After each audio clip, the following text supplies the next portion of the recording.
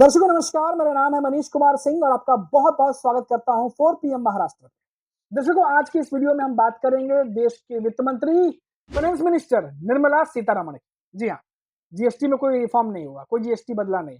पहले ही क्लियर कर दूं, ये मामला कोर्ट से जुड़ा हुआ है जहां निर्मला सीतारमण को बहुत बड़ा झटका लगा है। पूरी खबर आपको डिटेल से बताएंगे कि वित्त मंत्री निर्मला सीतारमण को झटका कैसे लगा है, किस मामले में लगा है। लेकिन फिलहाल आपको ये क्लियर कर दें कि ये कोई जीएसटी के बारे में खबर नहीं है, कोई इसमें बदलाव की खबर नहीं है, क्योंकि नॉर्मली जहन में यही बात आती है कि अब क्या हो गया भाई, अब मिडिल क्लास कैसे परेशान होने वाला, कैसे मुश्किलें बढ़ने वाली हैं, यही चीजें आती हैं, पर ऐसा कुछ भी नहीं है। दरअसल ये मामला कोर्ट से जुड़ा हुआ है, जो पूरी खबर आपको डिटेल से बताने जा रहा हूँ। दिल्ली की राउज एवेन्यू कोर्ट ने आम आदमी पार्टी के नेता सोमनाथ भारती की पत्नी लिपिका मित्रा की ओर से दायर आपराधिक मानहानि मामले में केंद्रीय वित्त मंत्री निर्मला सीतारमण की याचिका को खारिज कर दिया। याचिका में निर्मला सीतारमण ने भारती को अपनी पत्नी मित्रा की ओर से पेश होने से रोकने का अनुरोध किया गया था। क्यों किया गया था वही बताता हूं आपको। यह मामला उस आपराधिक शिकायत से जुड़ा है जिसमें लिपिका मित्रा ने सीतारमण पर मानहानि का आरोप लगाया था। शिकायत में कहा गया था कि सीतारमण ने 17 मई 2024 को एक प्रेस वार्ता यानी कि प्रेस कॉन्फ्रेंस में झूठे और दुर्भावनापूर्ण बयान देकर उनके पति सोमनाथ भारती की प्रतिष्ठा को नुकसान पहुंचाने और उनकी चुनावी संभावनाओं को कमजोर करने की कोशिश की। ये बात उन्होंने कही थी। अतिरिक्त मुख्य न्यायिक मजिस्ट्रेट पारस दलाल की अदालत ने मामले की सुनवाई करते हुए कहा कि कानून में ऐसा कोई प्रतिबंध नहीं है कि पति अपनी पत्नी की ओर से अभियोजन या बचाव में पेश ना हो सके। इससे पहले वित्त मंत्री निर्मला सीतारमण की ओर से अपनी याचिका में यह दलील दी गई थी, क्योंकि भारतीय इस मामले में ये जो मामला है इस संदर्भ में स्वयं विवादित पक्ष है, इसलिए उन्हें अपनी पत्नी का प्रतिनिधित्व नहीं करना चाहिए। हालांकि अदालत ने कहा कि वकालतनामा वापस लेने का निर्णय स्वयं सोमनाथ भारती का हो सकता है, लेकिन अदालत इस चरण पर ऐसा कोई निर्देश नहीं दे सकती। तो ये बड़ा झटका निर्मला सीतारमण के लिए जो कोर्ट से दिया गया है।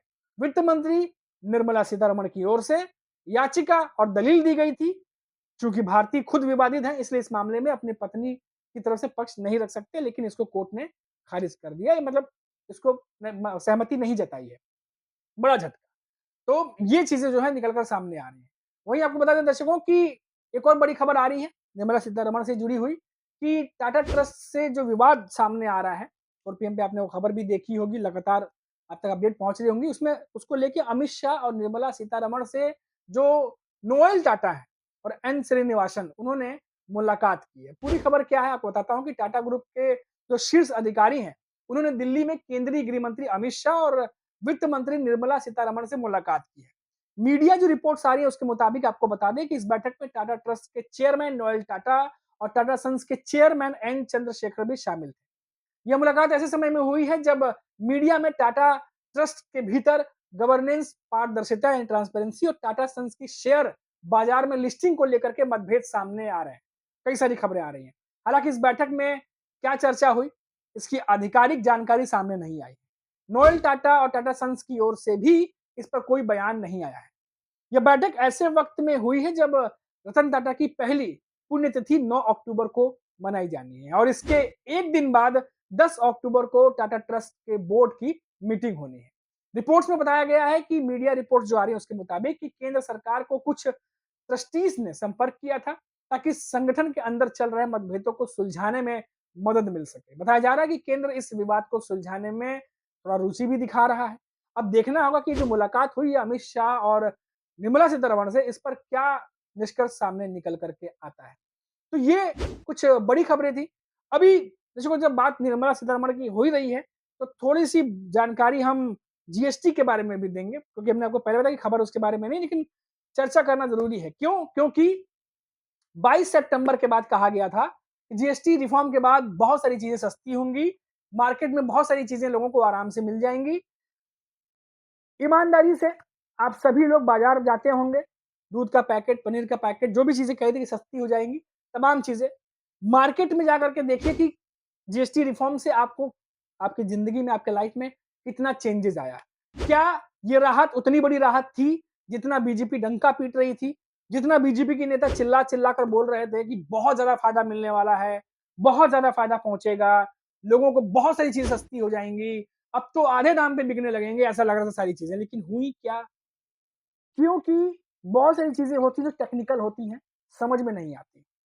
जीएसटी रिफ़ॉर्म के बाद बहुत सारा प्रोसेस होता है, कंपनीज़ जो प्रोडक्ट बनाती है उस पे जीएसटी लगता है, उसके बाद अंदर भी कई सारी चीज़ें होती हैं।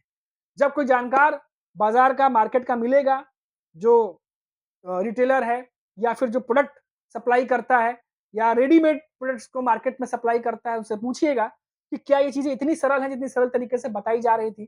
जीएसटी रिफ़ॉर्म के बाद क्या वाक़ई में आपके जो मिडल क्लास के लोग हैं या लोअर मिडल क्लास के लोग हैं, उनसे मैं सवाल ये पूछना चाहूँगा, आप भी कमेंट बॉक्स में ज़रूर बताइएगा इस सवाल का जवाब, अगर आप ये वीडियो देख रहे हैं तो, कि क्या आप 22 सितंबर के बाद क्या इसमें कोई बदलाव या चेंजेज़ आया है?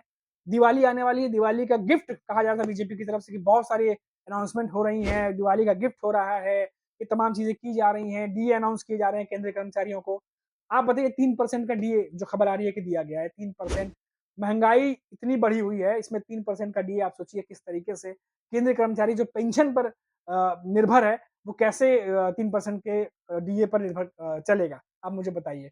दवाइयाँ महँगी होने की सस्ती होने की बात की जा रही थी। अभी भी देख रहे हैं कि दवाइयाँ जो है 10 की 10 बनी हुई हैं, रेट्स में कुछ ज़्यादा फ़र्क आया नहीं है। तो ये किस चीज़ के बारे में हो हल्ला हो रहा था? किस चीज़ को लेकर के इतना ज़्यादा डंका पीटा जा रहा था? ये समझ में नहीं आ रहा। तो जैसा मैंने कहा कि एक बात जो सवाल मैं पूछ रहा हूँ, आप भी कमेंट बॉक्स में बताइए कि क्या वाक़ई में कुछ चीज़ें बदली हैं लाइफ़ में? क्या वाक़ई में आपको परिवर्तन दिखाई दे रहा है जीएसटी रिफ़ॉर्म के बाद? और वो जीएसटी रिफ़ॉर्म जो खुद बीजेपी सरकार जीएसटी लेकर के आई थी, उसी को सुधार करके अपनी पीठ थपथपा रही है। यानी जो गलती आपने की उसके बारे में उसमें सुधार करके फिर से अपनी ही पीठ थपथपा रहे हो कि देखिए हमने जीएसटी रिफॉर्म कर दिया और उस गलती को छुपाने के लिए उसे जनता का इनाम बना देते हो आप, कि देखिए हमने आपके लिए क्या किया है, कितनी छूट दे दी है, गिफ्ट दे दिया है। अरे आपने अपनी गलती सुधारी है। जीएसटी में रिफॉर्म करके या तमाम चीज़ें जो पिछले 8-9 सालों से जनता झेल रही थी, उसको करने के बाद आप जनता को बताते हो कि हम सौगात दे रहे हैं। कमाल की बात, बहुत बढ़िया। तो ये तमाम चीज़ें जो हैं वो अब सोशल मीडिया पर कि हम भी पढ़ते रहते हैं लोगों के कमेंट, देखते रहते हैं कि जनता किस तरीके से रिएक्ट कर रही है, क्या कह रही है। तो ये चीज़ें सामने आने लगी हैं। तो ये कुल मिलाकर बात ये है, अभी सोने-चांदी की बात हो रही है कि अभी दिवाली भी आने वाली है कुछ दिनों में।